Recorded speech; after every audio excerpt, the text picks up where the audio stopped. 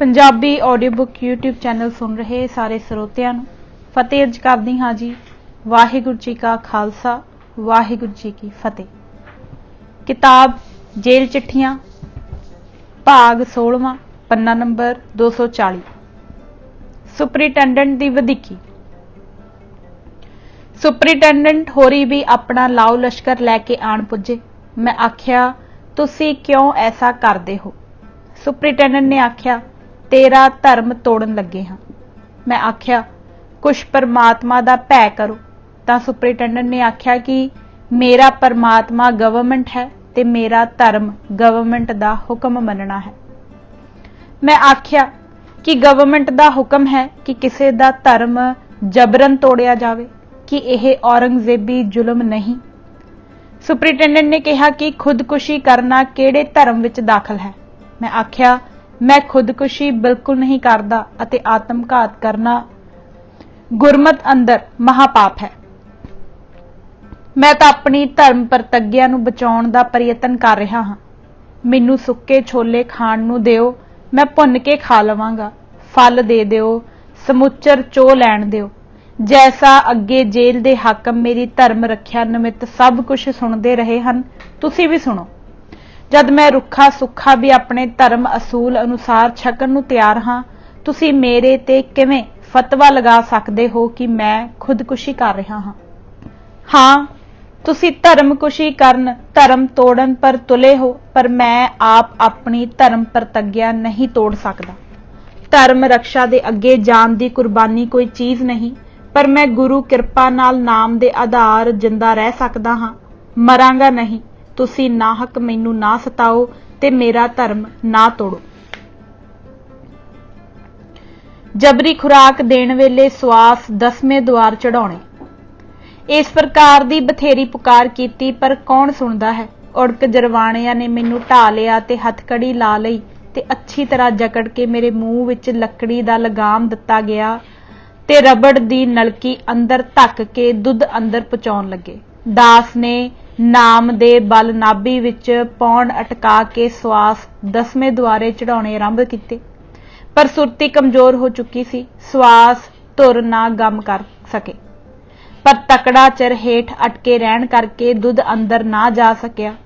श्वास चले बिना ते पौण अंदर बहार आए जाए बिना संगी तो अंदर पानी तक भी नहीं जा सकता। दुध सारा बाहर निकलदा रहा। पापियां ने गच खा के मेरा सीस थोमड़े नाल पटका के मारिया। सिर पटकदे सार ही लगाम मूँह विचों निकल गया, पर रबड़ दी नलकी अंदर ही अड़ी रही। मैनू गशी तां पै गई, पर श्वास हेठां उतर आए ते दंदन पै गई। अजिहे दंद जुड़े कि खुलण ही ना। दंदां दे विचले रबड़ी दी नलकी जो दिती हुई सी ओह कट के 2 टुकड़े हो गई ते उधर दुध वाली शीशी भी चाण चक फुट गई। दंद ते दाड़ा तोड़ियां गईयां। दुध फेर मंगाया गया ते लोहे दे मूँह वाली नलकी मंगाई गई ते सुपरिटेंडेंट ने हुक्म दे दिता कि इसदे दंद निशंग तोड़ दिओ। उसदे कहण दी देर सी कि दंदां नूं तोड़न लई सट्टां लाईयां गईयां। मूरले दंद मजबूत सी, हिल तां गए पर टुट ना सके। लामा दियां 2-3 कमजोर दाड़ा टुट गईयां ते दंदन भन्नी गई। बुराछां पाड़ियां गईयां। गोरे बिग ने हिक ते चढ़ के बैठ के यह उपद्र कीते। गल की दुध मेरे अंदर संगियों हीठां धिंगो जोरी उतार ही दिता। 1.5 घंटा घुलण पिछों हार हंब के थोड़ा दुध अंदर चाड़ के तुरन लगे ही सी कि दुध अंदरों उछल के सब बाहर जा पिया। कालजे ने कबूलिया ना। केसां दी बेअदबी। इस पर मेरी दाढ़ी खिंची गई ते केस पट्टे गए अते लत्तां मुक्कियां दी मार नाल अध मोया करके मैनू सिट गए। दूजे दिन फेर आके दाल दा पानी इवें अंदर लंघाया। गऊ मांस ते तमाकू जबरदस्ती देण अते केस कट्टण दे डरावे। तीजे दिन कुठा गऊ मांस दा अर्क ते तमाकू आदिक लिया के अगे रखा गया कि रोटी खाओ, नहीं तां यह चीज़ां तैनू मल्लो मल्ली खुआईयां जाणगियां ते तेरे केस कट्टे जाणगे ते तैनू पागलखाने भेजिया जाऊ। होर अगला बिरतांत लिख के भेज ही चुका हाँ। एक जेल कमेटी का मैंबर बाहरों आया तो सारा हाल मैथों पुछया। मैं उसनूं सिर्फ कुट्ठा गऊ का मांस धक्को धक्की देण दा अत्याचार दस्या। सुपरिटेंडेंट मुकर गया तो पिछों मैनूं कहण लगा तो मिन्नतां करन लगा कि मेरा नाम ना लई। जेलर अलग तरले करन लगा, मेरा रोजगार ना मारी। सब कुछ सुपरिटेंडेंट ने कीता है। रणधीर सिंह। चिट्ठी नंबर 18। एक ओंकार वाहिगुरू जी की फतेह।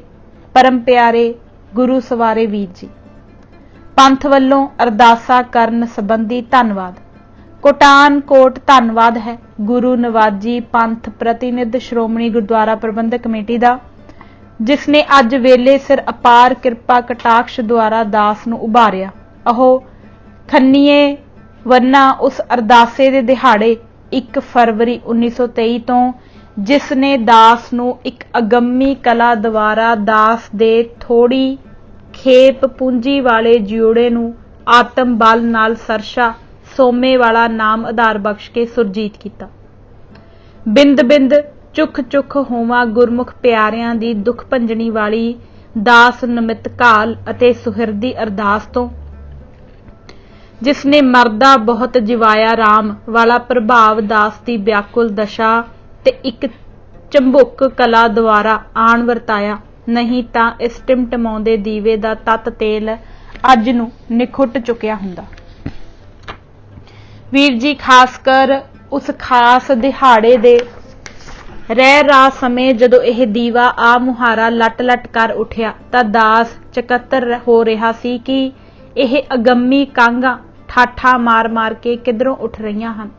दास नूं की पता सी कि अज पंथ दे बच्चे बच्चे दी तरबा तारां मेरी आत्मा दी तार तरब दे नाल वज रहीआं हन ते ठहक ठहक के एक बरकी बिजली दी कला वाली लहर उपजा रहीआं हन। दास अक्सर अजेही कटाक्ष कौतकां वाली सायत घड़ी पल नूं नोट कर लिया करदा है।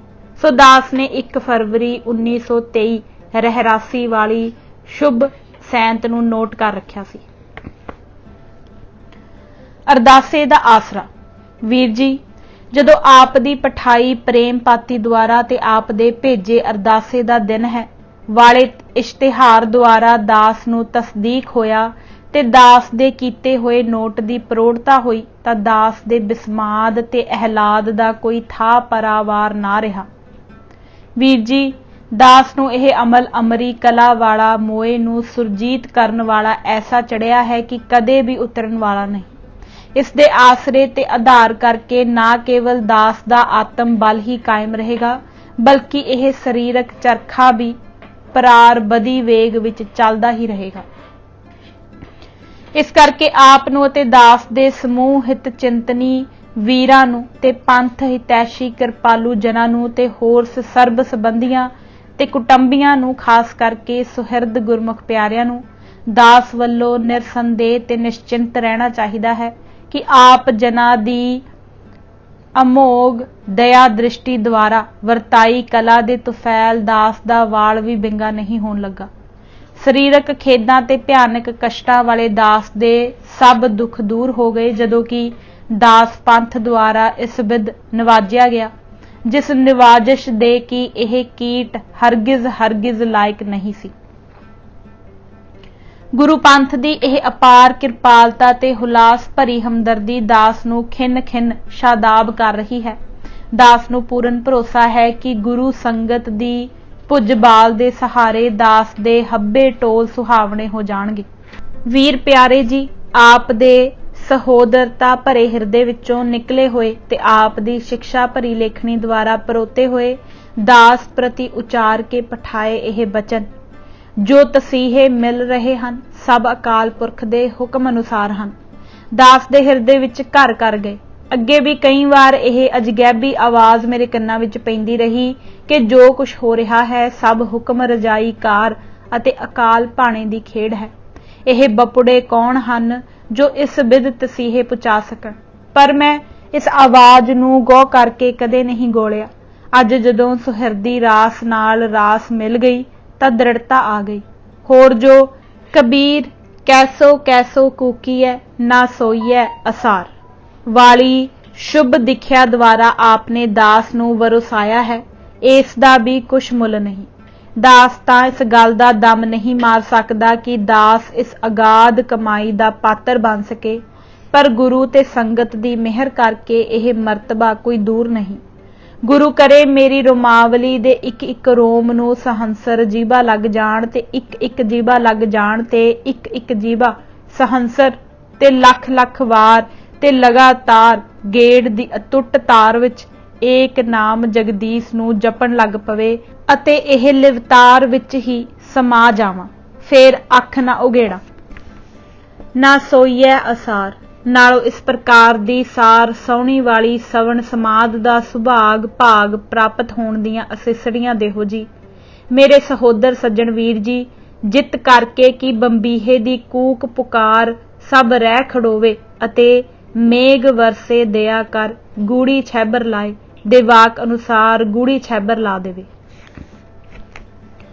बिखम तेरा है भाणा, अकाल पुरख दे भाणे नूं कौन जाणे अते तेरा भाणा तुहे मनाए जिसनों होए दयाला। भाणे दी गति अगाध बोध है, पता नहीं गुरु करतार केड़ी गल्ली राजी है। वीर जी मैं कौन कीट हाँ, संगत दे नवाजे होए अनेक कूकर मैं सारखे जदों संगत नूं भावे तदों ही निस्तारे जा सकदे हन। गुरु संगत दा यह बिरद है, होर संगत नूं मेरे खुणों की घटिया होया है। मैं ही संगत खुणों घाटे विच हां जो संगत दे दर्शनां नूं ते गुरु गुरदेव श्री गुरु ग्रंथ साहिब जी दे दर्शनां नूं पपीहे वत तरस रहा हां। भाणे दी खेड वाली चादर विच बाबे राम सिंह जी वर्गे ऐसे लपेटे गए कि लोप हो गए, मुड़ नहीं आए। मैं किस दा विचारा हां। उदों संगत दी सहायता दा हथ सिर ते नहीं सी। मैं तां इस गल्लों अपने आप नूं बड़ा ही सुभागा समझदा हां कि मेरे सिर ते हथ सारे पंथ दा है। जदों गुरु पंथ नूं मंजूर होऊ ते भाणे अंदर ब्योंत बनू तदे अपनी सेवा विखे आप हाज़र कर लो। सिर ते पंथ दे हथ होण दे इस हुलास भरे ख्याल अनुसार तां जे मैं अपने आप नूं अजे भी अभागा गिणा तां मैं बड़ा अकिरत घण हां, परंतु अकिरत घणा दा दातार भी बख्शंद बिरद वाला गुरु करतार अते उसदा साजिया निवाजिया पंथ ही है। भारी भुजान को भारी भरोसे। दुख भंजनी साहिब वाले वाक दा उतारा करके दास ने अपने पास रख लिया है। आप इतना कुछ दास दे भंडारे हित लियाए, परंतु शौक की दास दी प्रालबद्ध विच उसदा पहुंचना नहीं सी लिखिया। इदू तां जेकर आप राजमंदरी आ जांदे तां दास नूं सब कुछ प्राप्त हो जांदा अते आप दी मुलाकात भी हजारी बाग वांगू हो जांदी, सगों उस तों भी वध हुंदी। उत्थों दे अफसर सुशील सुभाव वाले सन, भावें यूरोपीना दी नस्ल विचों सन, पर सन देवता खसलत वाले। खासकर दास नाल तां बहुत प्रेम ते सन्मान पूर्वक वरतदे सन अते दास नूं साधु स्वरूप करके जाणदे सन। मेरे सीस उत्ते जो बसंती रंग दी छोटी दस्तार है, ਉਹ ਆਉਂਦੇ ਹੋਏ ਉੱਥੋਂ ਦੇ ਜੇਲਰ ਨੇ ਸਿਰਪਾਓ ਵਜੋਂ ਭੇਟ ਕੀਤੀ ਹੋਈ ਹੈ। 1 ਸਾਲ जो राजमंदरी बतीत होया सो पूर्ण आजादी अते शांति दा बीतिया। राजमंदरी साडे भा दा सचमुच राजमंदर हो रहा सी, पर गुरु ने यह गफे इत्थे वाले भी भुगताउणे सी। अच्छा दुख सुख तेरी आग्या, जे सुख दे ता तुझे आराधी, दुख भी तुझे ध्याई। रणधीर सिंह। नोट, ਇਹ ਦੋਨੋਂ ਚਿੱਠੀਆਂ ਨੰਬਰ 17 ਅਤੇ 18 ਭਾਈ ਸੁਰਜਨ ਸਿੰਘ ਪਿੰਡ ਗੁੱਜਰਵਾਲ ਜ਼ਿਲ੍ਹਾ ਲੁਧਿਆਣਾ ਦੇ ਨਾਮ ਹਨ, ਜੋ ਇਸ ਬਿਪਤ ਦੇ ਸਮੇਂ ਸਿੰਘਾਂ ਵੱਲੋਂ ਘੱਲੇ ਹੋਏ ਨਾਗਪੁਰ ਗਏ ਸਨ। ਉਹ ਸਮਾਂ ਬੜਾ ਭਿਆਨਕ ਸੀ। ਭਾਈ ਸੁਰਜਨ ਸਿੰਘ ਹੋਰਾਂ ਨੂੰ ਬੜੀ ਖੇਚਲ ਝੱਲਣੀ ਪਈ। ਡਾਕਟਰ ਜਟਾਰ ਨੇ ਮੁਲਾਕਾਤ ਕਰਾਉਣ ਵਿੱਚ ਬੜੀਆਂ ਰੁਕਾਵਟਾਂ ਪਾਈਆਂ ਤੇ ਸਿੰਘਾਂ ਨੂੰ ਤੰਗ ਕਰਨ ਦੀ ਕੋਈ ਕਸਰ ਨਾ ਛੱਡੀ। ਭਾਈ ਸੁਰਜਨ ਸਿੰਘ ਪਹਿਲਾਂ ਭਾਈ ਸਾਹਿਬ ਦੇ ਨਾਲ ਹੀ ਕੈਦ ਹੋ ਕੇ ਮੁਲਤਾਨ ਜੇਲ੍ਹ ਵਿੱਚ ਰਹੇ। 1920 ਦੇ ਸ਼ਾਹੀ ਐਲਾਨ ਅਨੁਸਾਰ ਰਿਹਾ ਹੋਏ। ਫਿਰ ਜੈਤੋ ਦੇ ਮੋਰਚੇ ਵਿੱਚ ਦੂਜੇ ਸ਼ਹੀਦੀ ਜਥੇ ਵਿੱਚ ਨਾਭੇ ਕੈਦ ਰਹੇ। ਆਪ ਸਦਾ ਪੰਥ ਸੇਵਾ ਵਿੱਚ ਹਿੱਸਾ ਲੈਂਦੇ ਰਹੇ ਹਨ। ਚਿੱਠੀ ਨੰਬਰ 19। ਇੱਕ ਓੰਕਾਰ ਵਾਹਿਗੁਰੂ ਜੀ ਕੀ ਫਤਿਹ। ਪਿਆਰੇ ਵੀਰ ਜੀ, ਮੇਰਾ ਪੱਕਾ ਵਿਸ਼ਵਾਸ ਹੈ ਕਿ ਨਵੀਨ ਸੱਜਣ ਜੋ ਇੱਥੇ ਜੇਲ੍ਹ ਵਿੱਚ ਹੁਣੇ ਆਏ ਹਨ, ਇਹ ਮਾਸਟਰ ਮੋਤਾ ਸਿੰਘ ਜੀ ਹਨ। ਲਾਇਲਪੁਰ ਜੇਲ੍ਹ ਤੋਂ ਆਏ ਦਸੀਦੇ ਹਨ, ਉਹਨਾਂ ਨੂੰ ਵੀ ਤਸੀਹੇ ਦੇਣੇ ਸ਼ੁਰੂ ਕੀਤੇ ਹਨ। ਸਾਨੂੰ ਜਿਵੇਂ ਆਇਆਂ ਨੂੰ ਕਹਿੰਦੇ ਸੀ ਕਿ ਸਲਾਮੀ ਉਤਾਰੋ ਤੇ ਮੰਗਤਿਆਂ ਵਾਂਗੂ ਹੱਥ ਅੱਡ ਕੇ ਉਤਾਹਾਂ ਚੁੱਕੀ ਰੱਖੋ, ਐਵੇਂ ਜਿਵੇਂ ਸੁਣਿਆ ਹੈ ਕਿ ਇਸ ਵੀਰ ਨੂੰ ਵੀ ਤਾੜਨਾ ਸ਼ੁਰੂ ਕੀਤਾ ਹੈ। ਇੱਥੋਂ ਹੀ ਸਾਡੇ ਨਾਲ ਛਿੜੀ ਸੀ। ਉਹ ਵੀ ਤਕੜੇ ਹਨ, ਸਰੀਰਕ ਤਸੀਹਿਆਂ ਦੀ ਤਾਂ ਉਹ ਵੀ ਪਰਵਾਹ ਨਹੀਂ ਕਰਦੇ। ਮਾਮਲਾ ਬਹੁਤ ਵਧੇਗਾ, ਗੁਰੂ ਜਾਣੇ ਕੀ ਖੇਡ ਵਰਤਣੀ ਹੈ। ਔਰੰਗਜ਼ੇਬੀ ਜ਼ੁਲਮ ਤੋਂ ਵੀ ਭੈੜਾ ਹਾਲ ਹੈ, ਸਾਨੂੰ ਅੱਡੋ ਅੱਡੀ ਕਰ ਛੱਡਿਆ ਹੈ। ਤੁਸੀਂ ਜੇ ਇੱਥੋਂ ਦੀ ਕੌਂਸਲ ਦੇ ਮੈਂਬਰਾਂ ਨੂੰ ਇਹਨਾਂ ਜ਼ੁਲਮਾਂ ਦਾ ਪਤਾ ਕਰ ਸਕੋ ਤਾਂ ਸ਼ਾਇਦ ਮਾਸਟਰ ਮੋਤਾ ਸਿੰਘ ਜੀ ਇਹਨਾਂ ਦੇ ਜ਼ੁਲਮ ਦਾ ਸ਼ਿਕਾਰ ਹੋਣ ਤੋਂ ਬਚ ਰਹਿਣ ਅਤੇ ਧਰਮ ਦੀ ਹਾਨੀ ਨਾ ਹੋਵੇ। ਰਣਧੀਰ ਸਿੰਘ। ਚਿੱਠੀ ਨੰਬਰ 20। ਇੱਕ ਓੰਕਾਰ। ਵਾਹਿਗੁਰੂ ਜੀ ਕੀ ਫਤਿਹ। ਪਿਆਰੇ ਵੀਰ ਜੀ, ਹੋਰ ਦੜੇ ਦਾਵੇ ਆਪਾਂ ਨੇ ਕੀ ਕਰਨੇ ਹਨ। ਸੱਚੀ ਦਰਗਾਹੇ ਆਪੇ ਨਬੇੜੇ ਹੋਣਗੇ। ਬੁਰੇ ਭਲੇ ਦਾ ਫਲ ਭੁਗਤਾਉਣ ਹਾਰਾ ਆਪ ਵਿਧਾਤਾ ਹੈ। ਦਾਅਵਿਆਂ ਨਾਲ ਵੈਰ ਲੈਣਾ ਗੁਰਸਿੱਖਾਂ ਲਈ ਸੋਭਦਾ ਨਹੀਂ। ਜੋ ਕੁਛ ਬੀਤੀ ਸੋ ਅਵਸ਼ ਆਪ ਨੂੰ ਦੱਸਣੀ ਬਣੀ। ਖਰੜਾ ਸੱਚਮੁੱਚ ਸੁਪਰਿੰਟੈਂਡੈਂਟ ਦੇ ਢਹੇ ਚੜ ਗਿਆ, ਪਰ ਉਹ ਕਹਿੰਦਾ ਸੀ ਕਿ ਮੈਂ ਪੜ੍ਹਾ ਕੇ ਮੋੜ ਦਿਆਂਗਾ ਜਾਂ ਆਪਣੇ ਕੋਲ ਅਮਾਨਤ ਰੱਖ ਛੱਡਾਂਗਾ। ਠੰਡਾ ਪੈ ਕੇ ਆਪੇ ਦੇ ਦਿਓ, ਜ਼ਬਤ ਕਰਨੋਂ ਰਿਹਾ। ਵੀਰ ਜੀ, ਨਾਗਪੁਰ ਜੇਲ੍ਹ ਤਾਂ ਕਾਲਾ ਨਾਗ ਹੋ ਕੇ ਲੜ ਗਿਆ। ਇਤਨੀ ਕਿਰਪਾ ਜ਼ਰੂਰ ਹੈ ਕਿ ਭਾਵੇਂ ਪ੍ਰਤੱਗਿਆ ਭੰਗ ਹੋ ਗਈ ਹੈ, ਪਰ ਨਾਮ ਦਾ ਖੰਡਾ ਅੰਤਰਗਤ ਦੂਣ ਸਵਾਇਆ ਹੋ ਕੇ ਖੜਕਦਾ ਹੈ ਅਤੇ ਜੋਤ ਵਿਗਾਸ ਦੇ ਲਹਿਰੇ ਵੀ ਅਗੰਮੀ ਉੱਠਦੇ ਹਨ। ਪ੍ਰਤੱਗਿਆ ਵਿੱਚ ਵਿਘਨ ਪੈਣ ਦਾ ਹਾਵਾ ਅਤੇ ਹੌਲ ਭਾਵੇਂ ਖਿੰਨ ਖਿੰਨ ਹਿਰਦੇ ਨੂੰ ਵਿਆਕੁਲ ਕਰ ਜਾਂਦਾ ਹੈ, ਪਰ ਆਤਮ ਮੌਜ ਦੀਆਂ ਤਾਂਗਾਂ ਤੇ ਤਰੰਗਾਂ ਵੀ ਅਜਗੈਬੀ ਉੱਠਦੀਆਂ ਰਹਿੰਦੀਆਂ ਹਨ। ਜਿਸ ਦਿਨ ਨਿਰੋਲ ਹੀ ਇਹਨਾਂ ਆਤਮ ਤਰੰਗਾਂ ਵਿੱਚ ਸਮਾਵਣ ਹੋਇਆ ਤਾਂ ਉਸ ਦਿਨ ਇਸ ਹੌਲ ਹਾਵੇ ਦਾ ਅਭਾਵ ਹੋ ਜਾਵੇਗਾ। ਉਹ ਦਿਨ ਅਤ ਸੁਭਾਗਾ ਹੋਵੇਗਾ, ਪਰ ਐਸਾ ਪ੍ਰਤੀਤ ਹੁੰਦਾ ਹੈ ਕਿ ਉਸ ਦਿਨ ਸਰੀਰ ਦਾ ਵੀ ਅਭਾਵ ਹੋ ਜਾਵੇਗਾ। ਗੁਰੂ ਕਿਰਪਾ ਕਰੇ ਉਹ ਦਿਨ ਛੇਤੀ ਦਿਖਾਵੇ ਤੇ ਆਪਣੇ ਸਰੂਪ ਲਿਜਾ ਸਮਾਵੇ। ਵੀਰ ਜੀ, ਦਾਸ ਵੱਲੋਂ ਸਭ ਵੀਰਾਂ ਨੂੰ ਇਹੋ ਨਿਵੇਦਨ ਸੰਦੇਸ਼ਾ ਦੇਣਾ। ਸੰਬਤ ਸਾਹਾ ਲਿਖਿਆ, ਮਿਲ ਕਰ ਪਾਵੋ ਤੇਲ, ਦੇਹੋ ਸੱਜਣ ਅਸੀਸੜੀਆਂ, ਜਿਉ ਹੋਵੇ ਸਾਹਿਬ ਸਿਓ ਮੇਲ। ਗੁਰਮੁਖ ਪਿਆਰਿਆਂ ਦੇ ਵਾਰੇ ਪੇਰੇ ਇਸ ਨਰਕ ਨਿਵਾਸੀ ਦਾ ਬੇੜਾ ਵੀ ਬੰਨੇ ਲੱਗ ਜਾਵੇ ਤਾਂ ਮੇਰੇ ਉਹ ਭਾਗ ਹੋਵਣ। ਹੋਰ ਹੁਣ ਕੋਈ ਸੱਜਣ ਇਤ ਵੱਲ ਮਿਲਣ ਆਉਣ ਦੀ ਖੇਚਲ ਨਾ ਕਰੇ। ਸਭ ਨੂੰ ਦਾਸ ਵੱਲੋਂ ਤਕੀਦੀ ਬੇਨਤੀ ਕਰ ਦੇਣਾ। ਸੰਗਤ ਨੇ ਅੱਗੇ ਹੀ ਦਾਸ ਪਰ ਉਪਕਾਰ ਪੂਰਵਕ ਕਿਰਪਾ ਕੀਤੀ ਹੈ। ਇੱਕ ਸਿੰਘ ਭਾਈ ਰਗਬੀਰ ਸਿੰਘ ਨਾਮੀ ਵੀ ਦਾਸ ਨੂੰ ਮਿਲਣ ਲਈ ਪੰਜਾਬ ਤੋਂ ਆਇਆ ਸੀ, ਪਰ ਮੇਲ ਨਹੀਂ ਹੋਣ ਦਿੱਤਾ ਗਿਆ। ਸ਼ਾਇਦ ਆਪ ਨੂੰ ਪਤਾ ਹੋਣਾ ਹੈ ਕਿ ਮਾਸਟਰ ਮੋਤਾ ਸਿੰਘ ਜੀ ਨੂੰ ਦੁੱਖ ਤਸੀਹੇ ਦਿੰਦੇ ਹਨ ਤੇ ਮੈਥੋਂ ਅਲੱਗ ਹੀ ਰੱਖਦੇ ਹਨ। ਵੀਰ ਕਰਤਾਰ ਸਿੰਘ ਵੀ ਮੈਥੋਂ ਅਲੱਗ ਹੀ ਹੈ। ਆਪਣੀ ਸਾਰੀ ਜੀਵਨ ਵਿਥਿਆ ਭੇਜ ਚੁੱਕਾ ਹਾਂ। ਆਪ ਆਖਦੇ ਹੋ ਆਪਣੀ ਨਹੀਂ, ਬੜੀ ਅਸ਼ਚਰਜਤਾ ਹੈ। ਹੁਣ ਬਸ ਕਰਦਾ ਹਾਂ, ਫੇਰ ਸਹੀ। ਰਣਧੀਰ ਸਿੰਘ। ਚਿੱਠੀ ਨੰਬਰ 21। ਇੱਕ ਓੰਕਾਰ। ਵਾਹਿਗੁਰੂ ਜੀ ਕੀ ਫਤਿਹ। ਸ਼੍ਰੀਮਾਨ ਭਾਈ ਨਾਹਰ ਸਿੰਘ ਜੀ। ਸ਼੍ਰੀ ਅੰਮ੍ਰਿਤਸਰ ਸਰੋਵਰ ਦੀ ਕਾਰ ਸੇਵਾ ਸੰਬੰਧੀ ਤਾਂਘ। ਸ਼੍ਰੀ ਅੰਮ੍ਰਿਤਸਰ ਦੀ ਸਰੋਵਰ ਸੰਬੰਧੀ ਸੇਵਾ ਦਾ ਜੋ ਪੰਥ ਨੇ ਬੀੜਾ ਚੁੱਕਿਆ ਹੈ, ਇਸ ਖੁਸ਼ਖਬਰੀ ਨੂੰ ਸੁਣ ਕੇ ਚਿੱਤ ਅਤਿਅੰਤ ਬਾਗ-ਬਾਗ ਹੋ ਗਿਆ। ਗੁਰੂ ਨੇ ਬੜੇ ਖੁੱਲੇ ਗੱਫੇ ਆਪ ਸੱਜਣਾ ਨੂੰ ਬਖਸ਼ੇ ਹਨ। ਤੁਸੀਂ ਧੰਨ ਹੋ, ਤੁਸੀਂ ਸੁਭਾਗੇ ਤੇ ਕਰਮਾਂ ਵਾਲੇ ਹੋ। ਜਿਨ ਉਦਮ ਕੀਆ ਤਾਲ ਕੇਰਾ, ਤਿਸ ਕੀ ਉਪਮਾ ਕਿਆ ਗਨੀ। ਸਾਨੂੰ ਅੱਜ ਅਜਿਹਾ ਉਦਮ ਕਰਨ ਹਾਰਿਆਂ ਪੰਥ ਦੁਲਾਰਿਆਂ ਦੀ ਅਦੁੱਤੀ ਸੇਵਾ ਦੇ ਸਾਂਝੀਵਾਲ ਨਾ ਹੋ ਸਕਣ ਦਾ ਅਤ ਅਫਸੋਸ ਹੈ ਅਤੇ ਅੱਜ ਪਹਿਲਾ ਦਿਨ ਹੈ ਕਿ ਦਾਸ ਨੇ ਆਪਣੇ ਆਪ ਨੂੰ ਨਿਕਰਮਣ ਤੇ ਭਾਗਹੀਣ ਪ੍ਰਤੀਤ ਕਰਕੇ ਵੈਰਾਗ ਪੂਰਤ ਹਾਵਿਆਂ ਦੀ ਹੱਥੀ ਰੁੜਦਾ ਦੇਖਿਆ ਹੈ। ਇਹ ਕੋਈ ਮੇਰੇ ਪੂਰਬਲੇ ਕਰਮਾਂ ਦਾ ਹੀ ਫੇਰ ਹੈ ਜਿਸ ਨੇ ਮੈਨੂੰ ਬੰਦੀਖਾਨੇ ਵਿੱਚ ਪਾ ਕੇ ਐਸੀ ਪਵਿੱਤਰ ਸੇਵਾ ਵਿੱਚ ਹੱਥ ਵਟਾਉਣੋਂ ਤੇ ਜਨਮ ਸਫਲਾਂ ਕਰਨੋਂ ਵਾਂਝੇ ਰੱਖਿਆ ਹੈ। ਹੋਰ ਪੰਥ ਸੇਵਾ ਦਾ ਅਵਸਰ ਤਾਂ ਹਰ ਸਮੇਂ ਹੀ ਮਿਲ ਸਕਦਾ ਹੈ, ਪਰੰਤੂ ਸਰੋਵਰ ਸੰਧੀ ਕਾਰ ਦੀ ਸੇਵਾ ਦਾ ਮੌਕਾ ਸਦੀਆਂ ਪਿੱਛੋਂ ਆਇਆ ਅਤੇ ਆਇਆ ਵੀ ਉਸ ਵਕਤ ਜਦੋਂ ਕਿ ਮੈਂ ਸਾਰਖੇ ਅਭਾਗੇ ਜੰਤ ਕੁਥਾਓ ਫਾਥੇ ਬੈਠੇ ਝੂਰ ਝੂਰ ਮਰਦੇ ਹਨ।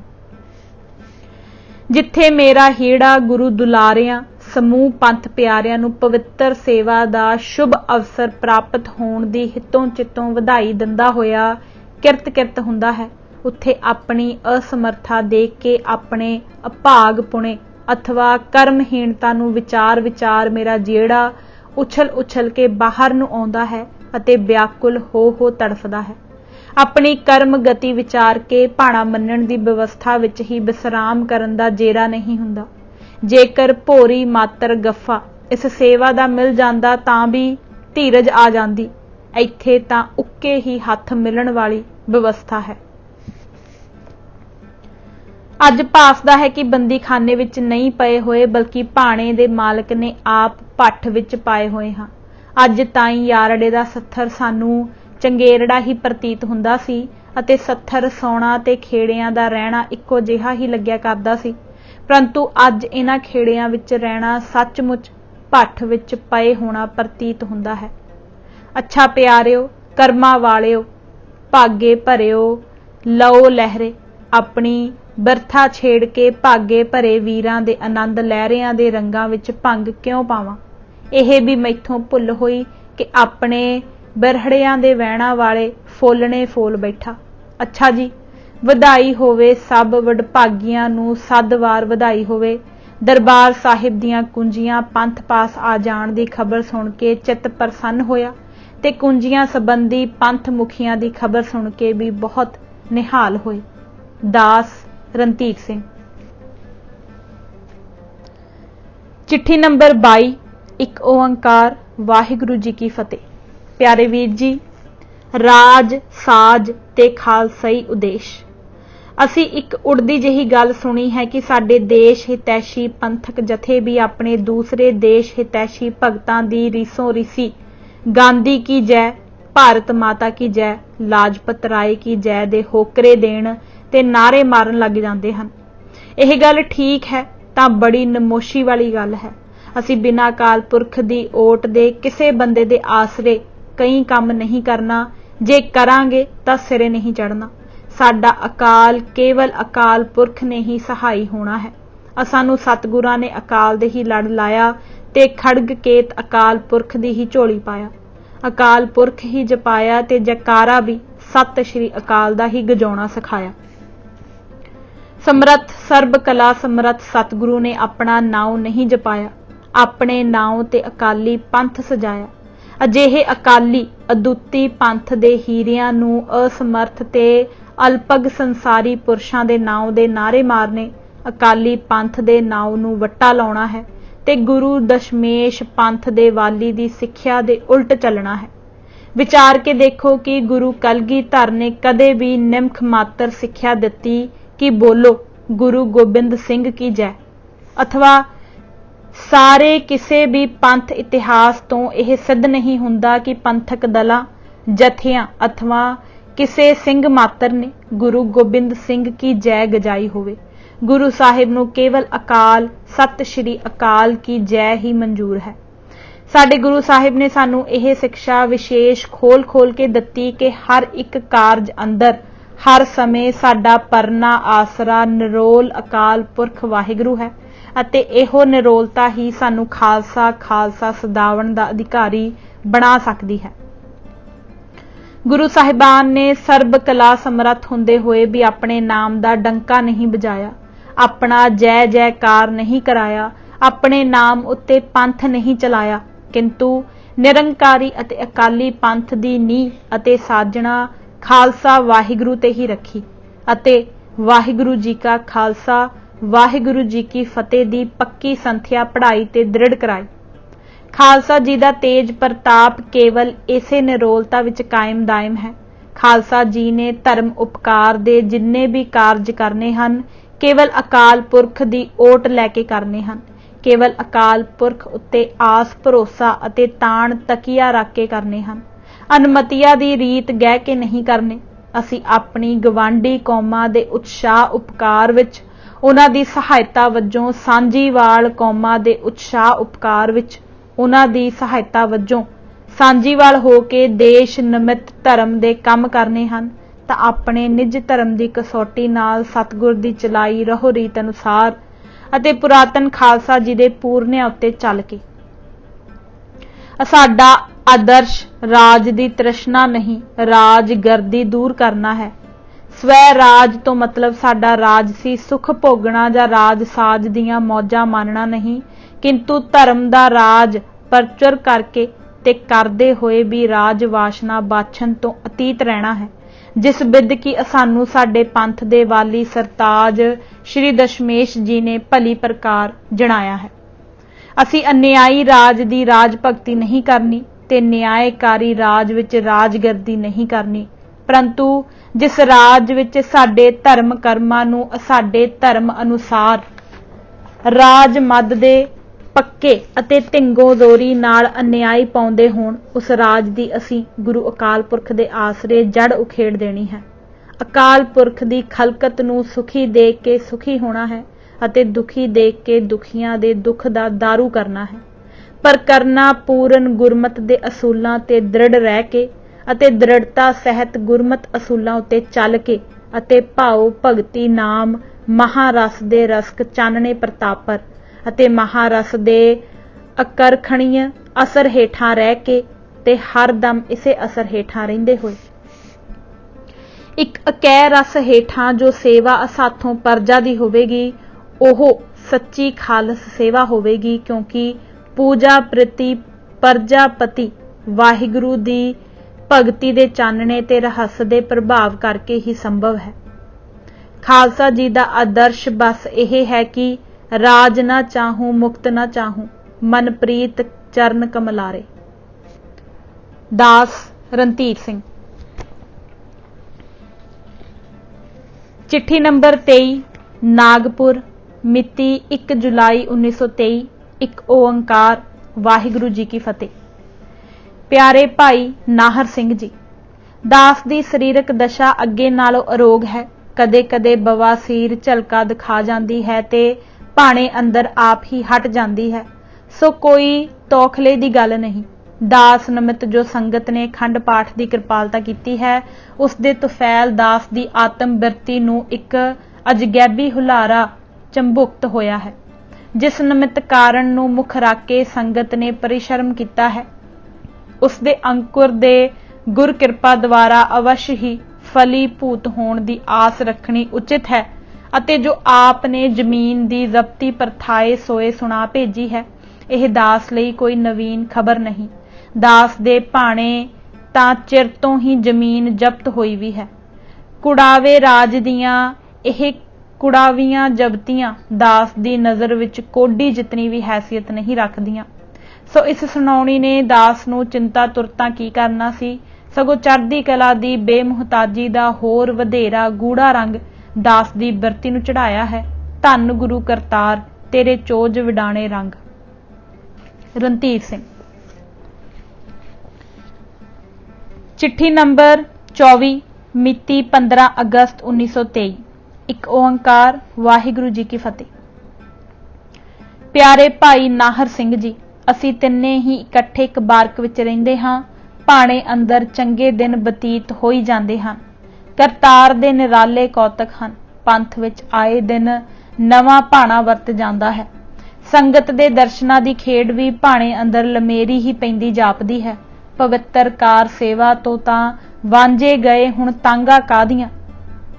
ਇਹ ਵਿਸੂਰੇ ਕਦੇ ਨਹੀਂ ਮਿਟਣੇ। ਜੇ ਹੁਣ ਪਵਿੱਤਰ ਝਾਕੀਆਂ ਹੀ ਦਿਖਾ ਦੇਵੋ ਤਾਂ ਧਿਆਨੀਆਂ ਦੀਆਂ ਝਾਕਾਂ ਹੀ ਮਿਟ ਜਾਣ। ਰਣਧੀਰ ਸਿੰਘ। ਨਿੱਕਰ ਤੇ ਕਛਹਿਰੇ ਦਾ ਸਵਾਲ ਤੇ ਹੋਰ ਝਗੜੇ। ਪਹਿਲਾ ਵੱਡਾ ਜੇਲਰ ਫੇਰ ਸੁਪਰਿੰਟੈਂਡੈਂਟ ਹੋ ਕੇ ਕਿਤੇ ਚਲਿਆ ਗਿਆ ਤਾਂ ਇੱਕ ਨਵਾਂ ਗੋਰਾ ਜੇਲਰ ਉਸਦੇ ਥਾਂ ਆਇਆ।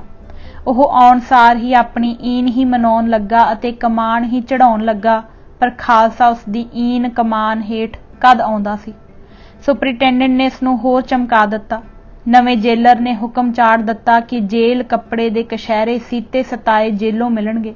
ਜੇਲ੍ਹ ਦੀਆਂ ਬਣੀਆਂ ਖਫਨੀਆਂ ਜਹੀਆਂ ਐਵੇਂ ਨਿੱਕਰ ਟੇਗਣੀਆਂ ਸਾਡੇ ਸਾਹਮਣੇ ਲਿਆ ਕੇ ਰੱਖ ਦਿੱਤੀਆਂ, ਨਾ ਉਹਨਾਂ ਵਿੱਚ ਨਾਲੇ ਨਾ ਪੋਚੇ। ਅਸੀਂ ਪਰੇ ਵਗਾ ਕੇ ਮਾਰੇ ਕਿ ਸਾਡੀ ਮਜ਼ਹਬੀ ਤੋਹੀਨ ਕਰਦੇ ਹੋ। ਨਵਾਂ ਜੇਲਰ। ਤੋਹੀਨ ਕੈਸੀ? ਅਸੀਂ ਕਛਹਿਰਿਆਂ ਦੇ ਥਾਂ ਸਾਨੂੰ ਨਿੱਕਰਾਂ ਦਿੰਦੇ ਹੋ, ਇਹ ਸਾਡੀ ਮਜ਼ਹਬੀ ਤੋਹੀਨ ਨਹੀਂ ਤਾਂ ਹੋਰ ਕੀ ਹੈ। ਜੇਲਰ, ਮੇਰਾ ਇੱਕ ਅਸਿਸਟੈਂਟ ਜੋ ਪੰਜਾਬੀ ਹੈ ਅਤੇ ਹੁਣੇ ਪੰਜਾਬ ਤੋਂ ਆਇਆ ਹੈ, ਉਹ ਕਹਿੰਦਾ ਹੈ ਕਿ ਪੰਜਾਬ ਦੇ ਜੇਲ੍ਹਾਂ 'ਚ ਇਹੋ ਜਿਹੇ ਕਛਹਿਰੇ ਹੀ ਦਿੱਤੇ ਜਾਂਦੇ ਹਨ। ਮੈਂ ਆਖਿਆ, ਇਹਨਾਂ ਨੂੰ ਕਛਹਿਰੇ ਕਹਿਣਾ ਹੀ ਸਾਡੇ ਕਛਹਿਰੇ ਕਕਾਰ ਦੀ ਹੱਦ ਤੱਕ ਹੈ। ਇਤਨੇ ਨੂੰ ਉਹ ਪੰਜਾਬੀ ਅਸਿਸਟੈਂਟ ਜੇਲਰ ਵੀ ਆ ਗਿਆ, ਜੋ ਵੇਖਣ ਪਾਖਣ ਤੋਂ ਇੱਕ ਵਿਗੜਿਆ ਹੋਇਆ ਨੌਜਵਾਨ ਭੇਖੀ ਸਿੱਖ ਪ੍ਰਤੀਤ ਹੁੰਦਾ ਸੀ। ਸ਼ਕਲ ਸ਼ਬਾਹਤ ਸਿੱਖਾਂ ਵਾਲੀ ਹੀ ਸੀ। ਉਸਨੇ ਜੇਲਰ ਦੇ ਇਸ਼ਾਰੇ ਨਾਲ ਇਉਂ ਗੱਲਬਾਤ ਸ਼ੁਰੂ ਕੀਤੀ। ਅਸਿਸਟੈਂਟ ਜੇਲਰ, ਅੱਜ ਕੱਲ ਬਾਹਰ ਸਾਰੇ ਸਿੱਖ ਨਿੱਕਰਾਂ ਹੀ ਪਹਿਨਦੇ ਹਨ। ਭਾਈ ਕਰਤਾਰ ਸਿੰਘ, ਪਹਿਨਦੇ ਹੋਣਗੇ ਪਰ ਨਿੱਕਰਾਂ ਨੂੰ ਕਛਹਿਰੇ ਨਹੀਂ ਕਹਿ ਸਕਦੇ। ਇਹ ਤੇਰੀ ਆਪਣੀ ਬਨਾਵਟ ਹੈ। ਸਿੱਖ ਕਦੇ ਕਛਹਿਰੇ ਦੇ ਥਾਂ ਨਿੱਕਰ ਨਹੀਂ ਪਹਿਨ ਸਕਦਾ। ਫੌਜੀ ਮੁਲਾਜ਼ਮ ਜਾਂ ਜਮਨੈਸਟਿਕੀ ਪੇਸ਼ਾਵਰ ਕਛਹਿਰੇ ਦੇ ਉੱਪਰ ਦੀ ਨਿੱਕਰ ਜਾਂ ਹਾਫ ਪੈਂਟ ਭਾਵੇਂ ਪਹਿਨ ਲੈਣ, ਪਰ ਅਸੀਂ ਕਛਹਿਰੇ ਦੇ ਥਾਂ ਨਿੱਕਰ ਕਦੇ ਨਹੀਂ ਪਹਿਨਾਂਗੇ। ਤੁਸੀਂ ਉੱਪਰੋਂ ਨਿੱਕਰ ਹੀ ਕਿਸੇ ਸਿੱਖ ਦੀ ਪਹਿਨੀ ਹੋਈ ਵੇਖੀ ਹੋਣੀ ਹੈ, ਹੇਠਲਾ ਕਛਹਿਰਾ ਤਾਂ ਢੱਕਿਆ ਹੋਣ ਕਾਰਨ ਤੁਸੀਂ ਡਿੱਠਾ ਹੀ ਨਹੀਂ ਹੋਣਾ। ਅਸਿਸਟੈਂਟ ਜੇਲਰ, ਮੈਂ ਅਕਾਲੀ ਲਹਿਰ ਦੇ ਜਥਿਆਂ ਦੇ ਸਿੰਘ ਨਿੱਕਰਾਂ ਪਹਿਨੀ ਨਹਾਉਂਦੇ ਵੀ ਵੇਖੇ ਹਨ। ਭਾਈ ਕਰਤਾਰ ਸਿੰਘ, ਕਿ ਸਾਰਿਆਂ ਦੇ ਨਿੱਕਰਾਂ ਪਹਿਨੀਆਂ ਡਿੱਠੀਆਂ ਹਨ ਕਿ ਕਛਹਿਰੇ ਵੀ? ਅਸਿਸਟੈਂਟ ਜੇਲਰ, ਸਾਰਿਆਂ ਦੇ ਨਿੱਕਰਾਂ ਤਾਂ ਸਨ, ਪਰ ਕਈਆਂ ਦੇ ਚੌੜੇ ਪਹੁੰਚਿਆਂ ਵਾਲੇ ਕਛਹਿਰੇ ਹੀ ਸਨ। ਹਨ ਤਾਂ ਕੱਪੜ ਦੇ ਹੀ, ਭਾਵੇਂ ਇਹਨਾਂ ਨੂੰ ਕਛਹਿਰੇ ਕਹਿ ਲਓ ਭਾਵੇਂ ਨਿੱਕਰਾਂ, ਨਾਉ ਹੀ ਧਰ ਲੈਣਾ ਹੈ, ਫਰਕ ਤਾਂ ਕੁਛ ਨਹੀਂ ਪੈਣ ਲੱਗਾ। ਮੈਂ ਆਖਿਆ, ਨਿੱਕਰ ਦਾ ਨਾਉ ਕਛਹਿਰਾ ਨਹੀਂ ਧਰ ਸਕਦੇ। ਨਿੱਕਰ ਨਿੱਕਰ ਹੀ ਹੈ ਤੇ ਕਛਹਿਰਾ ਕਛਹਿਰਾ ਹੀ ਹੈ। ਅਸਿਸਟੈਂਟ ਜੇਲਰ, ਨਿੱਕਰ ਨਾਲੋਂ ਕਛਹਿਰੇ ਵਿੱਚ ਕੀ ਵਾਧਾ ਹੈ? ਮੈਂ, ਇੱਥੇ ਵਾਧੇ ਘਾਟੇ ਦਾ ਸਵਾਲ ਨਹੀਂ, ਹੱਲ ਤਲਬ ਗੱਲ ਇਹ ਹੈ ਕਿ ਨਿੱਕਰ ਨੂੰ ਕਛਹਿਰਾ ਕਿਹਾ ਜਾ ਸਕਦਾ ਹੈ ਕਿ ਨਹੀਂ। ਅਸਿਸਟੈਂਟ ਜੇਲਰ, ਜੇ ਕਹਿ ਸਕਣ ਦੀ ਗੱਲ ਵਿੱਚ ਹੀ ਹੱਲ ਧਰਿਆ ਪਿਆ ਹੈ ਤਾਂ ਲਓ, ਮੈਂ ਅਤੇ ਮੇਰੇ ਵਰਗੇ ਸਾਰੇ ਨੌਜਵਾਨ ਨਿੱਕਰ ਪਹਿਰਨ ਵਾਲੇ ਨਿੱਕਰਾਂ ਨੂੰ ਹੀ ਕਛਹਿਰਾ ਕਹਿੰਦੇ ਹਾਂ। ਮੈਂ ਆਖਿਆ, ਇਹ ਤੁਹਾਡਾ ਕਹਿਣਾ ਬਨਾਵਟੀ ਹੈ ਅਤੇ ਜਿੱਦ ਹੈ। ਅਸਿਸਟੈਂਟ ਜੇਲਰ, ਕਿਉਂ? ਬਨਾਵਟੀ ਕਿਉਂ ਹੈ ਅਤੇ ਜਿੱਦ ਕਿਉਂ ਹੈ? ਮੈਂ, ਬਨਾਵਟੀ ਤਾਂ ਇਸ ਕਰਕੇ ਕਿ ਤੁਸੀਂ ਪਹਿਲਾਂ ਇੱਕ ਬਸਤਰ ਨੂੰ ਸਾਫ਼ ਨਿੱਕਰ ਕਹਿੰਦੇ ਹੋ ਅਤੇ ਆਪਣੀ ਜ਼ੁਬਾਨੀ ਕਹਿੰਦੇ ਹੋ ਅਤੇ ਮਨ ਬਚ ਕਰਮ ਕਰਕੇ ਮੰਨਦੇ ਹੋ ਕਿ ਇਹ ਨਿੱਕਰ ਹੈ।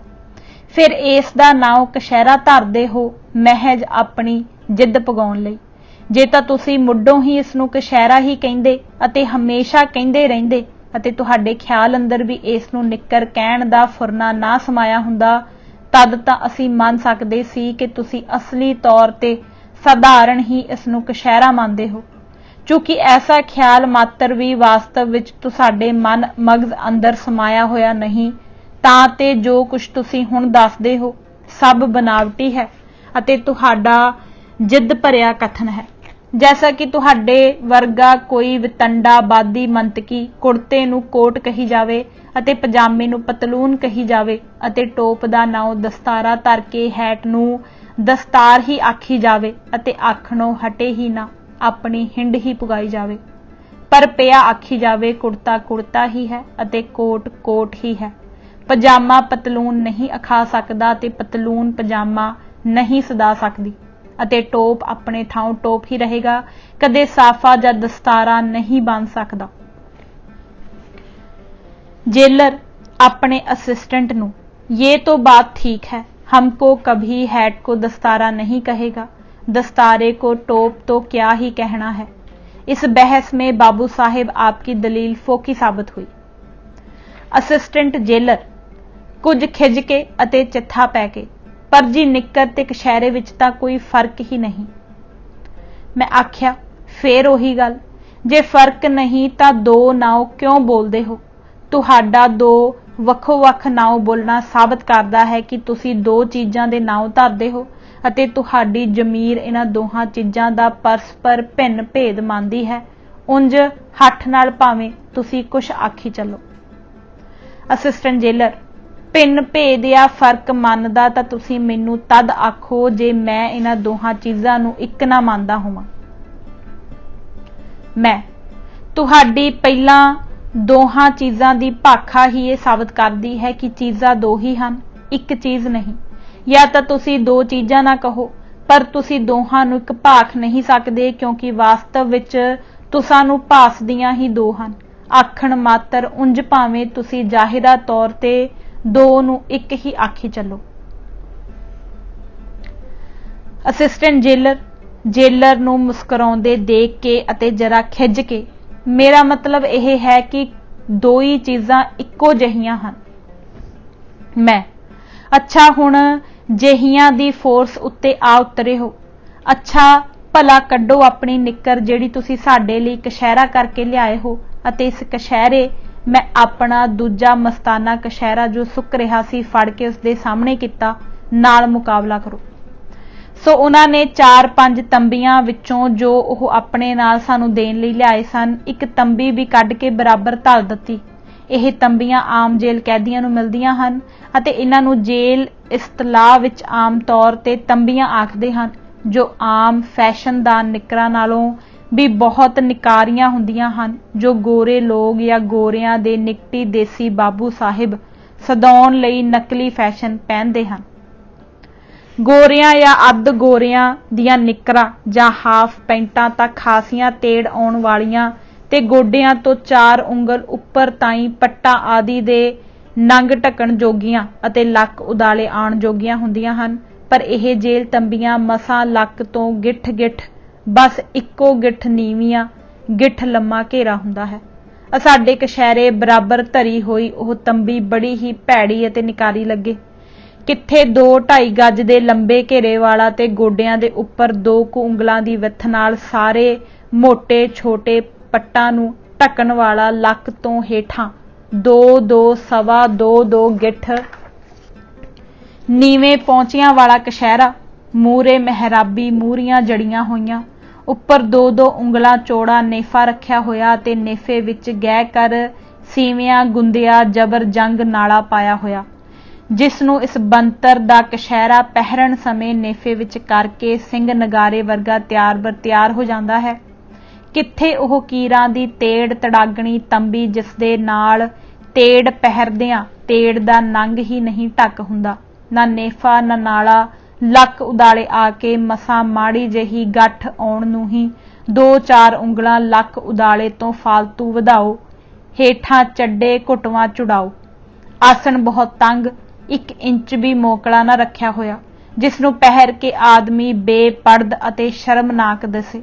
ਪਹੁੰਚੇ ਬੜੇ ਹੀ ਘੁਟੰਗੇ, ਬੇਜੇਬ ਅਤੇ ਚੌੜੇ, ਜਿਨ੍ਹਾਂ ਨਾਲ ਬੈਠਣ ਸਮੇਂ ਆਦਮੀ ਅਲਫ ਨੰਗਾ ਹੋ ਜਾਵੇ।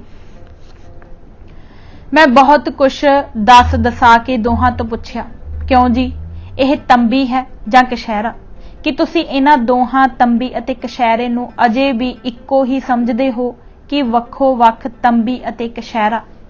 ਦੋ ਹੀ ਜੁੱਚ ਹੋ ਗਏ। ਅਸਿਸਟੈਂਟ ਜੇਲਰ ਤਾਂ ਬੋਲਣ ਜੋਗਾ ਨਾ ਰਿਹਾ, पर जेलर बोलिया, देखो जो हमारी गोरे लोगों की निक्कर है, जे इस माफक बना दे तब तो कोई इतराज नहीं। मैं आख्या, गोरे लोगों की निक्कर की माफक बनाई भी तो निक्कर ही रहेगी, कशहरा थोड़े बनन लगा है। जेलर साहेब, तुहाडी निक्कर तुहानू मुबारक रहे अते साडा कशहरा सानू सुहंडना रहे। साडा तुहाडे नाल कोई झगड़ा नहीं, ना ही कोई जोर चलदा है। तुसी कशहरे देने नहीं चाहुंदे तां असी घरों अपनी कमेटी श्रोमणी गुरुद्वारा प्रबंधक कमेटी तो मंगा लैंदे हां, पर असी पहनना कशहरा है, निक्कर हाफ पैंट या तंबी नहीं पहननी। जे तुसी कशहरे नहीं देवोगे तां जितना चिर चलदे हन इह मस्ताने कशहरे चलावांगे अते यही पहनांगे। अंत दी आई भुख हड़ताल दे मोर्चे ला देवांगे।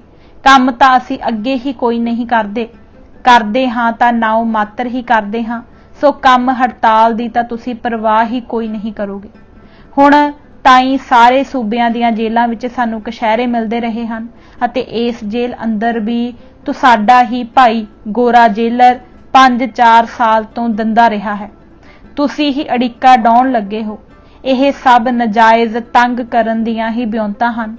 एवें निखड़वें अड़िक्के डाउंदे हो अते टुचरां भेड़दे हो। भला तुहाडीआं तंबियां ते निकरां कदे कशहरे बन सकदियां हन? ਤੰਬੀ ਦੀ ਕਾਟ ਹੋਰ ਤੇ ਨਿੱਕਰ ਦੀ ਹੋਰ ਅਤੇ ਕਸ਼ਹਿਰੇ ਦੀ ਕਾਟ ਦੋਹਾਂ ਨਾਲੋਂ ਵੱਖਰੀ ਹੀ ਹੈ। ਜੈਸਾ ਕਿ ਪਜਾਮੇ ਅਤੇ ਪਤਲੂਨ ਦੀ ਕਾਟ ਵਿੱਚ ਫਰਕ ਹੈ, ਕੋਟ ਦੀ ਹੋਰ ਅਤੇ ਕੁੜਤੇ ਦੀ ਹੋਰ। ਮੁੱਕਦੀ ਗੱਲ ਕੀ, ਸਾਫ਼ ਫੈਸਲੇ ਵਾਲੀ ਤੋੜਵੀਂ ਗੱਲ ਤਾਂ ਇਹ ਹੈ ਕਿ ਖਾਲਸਈ ਕਾਟ ਨਾਲ ਬਿਉਂਤਿਆ ਬਣਾਤਾ ਤੇ ਸੀਤਾ ਹੀ ਕਸ਼ਹਿਰਾ ਬਣ ਸਕਦਾ ਹੈ ਅਤੇ ਉਹੀ ਕਸ਼ਹਿਰਾ ਕਹਾ ਸਕਦਾ ਹੈ। ਅਸੀਂ ਉਹ ਲੈਣਾ ਹੈ, ਦੂਜੀ ਕੋਈ ਚੀਜ਼ ਨਹੀਂ ਲੈਣੀ। ਇੱਥੇ ਅਸਿਸਟੈਂਟ ਜੇਲਰ ਫੇਰ ਭਾਸਰ ਉੱਠਿਆ। ਅਸਿਸਟੈਂਟ ਜੇਲਰ, ਅੱਛਾ ਜੇ ਤੁਹਾਨੂੰ ਗੋਡਿਆਂ ਤਾਈਂ ਲੰਮੀਆਂ ਨਿੱਕਰਾਂ ਵਿੱਚ ਹੀ ਨਾਲੇ ਪਵਾ ਦਈਏ ਤਦ ਤਾਂ ਤੁਹਾਡਾ ਕੰਮ ਸਰ ਜਾਏਗਾ। ਮੈਂ, ਇੱਥੇ ਕੰਮ ਸਾਰਨ ਦੀ ਗੱਲ ਨਹੀਂ, ਇੱਥੇ ਤਾਂ ਕਸ਼ਹਿਰੇ ਦੀ ਹੀ ਤਲਬ ਹੈ। ਲੰਮੀਆਂ ਨਿੱਕਰਾਂ ਵਿੱਚ ਨਾਲੇ ਪਾਣ ਕਰਕੇ ਜੇ ਕਸ਼ਹਿਰੇ ਬਣ ਜਾਣ ਤਾਂ ਲੰਮੀਆਂ ਤੰਬੀਆਂ ਦੀ ਥਾਂ ਪਜਾਮੇ ਸਲਵਾਰਾਂ ਹੀ ਕਿਉਂ ਨਾ ਸਲਵਾ ਲਈਏ।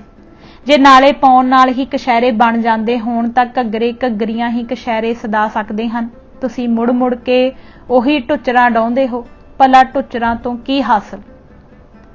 ਭਾਈ ਕਰਤਾਰ ਸਿੰਘ ਜੇਲਰ ਨੂੰ, ਚੰਗਾ ਤਾਂ ਇਹ ਹੈ ਕਿ ਜੇ ਬਾਹਰੋਂ ਸਾਡੀ ਕਮੇਟੀ ਵੱਲੋਂ ਸਾਡੀ ਖਾਤਰ ਸਿੱਤੇ ਸਤਾਏ ਕਸ਼ਹਿਰੇ ਆਏ ਪਏ ਹਨ, ਸਾਨੂੰ ਦੇ ਦਿਆ ਕਰੋ। ਸਰਕਾਰ ਦੇ ਪੈਸੇ ਵੀ ਬਚਣਗੇ ਅਤੇ ਬਲਾ ਵੀ ਟਲ ਜਾਓ। जेलर गुस्से होके, तुमको किसने बताया कि बाहर तुम्हारी कमेटी वालों कशहरे आए पे हैं? हमको तो पता ही नहीं कि कोई कशहरा आया है कि नहीं।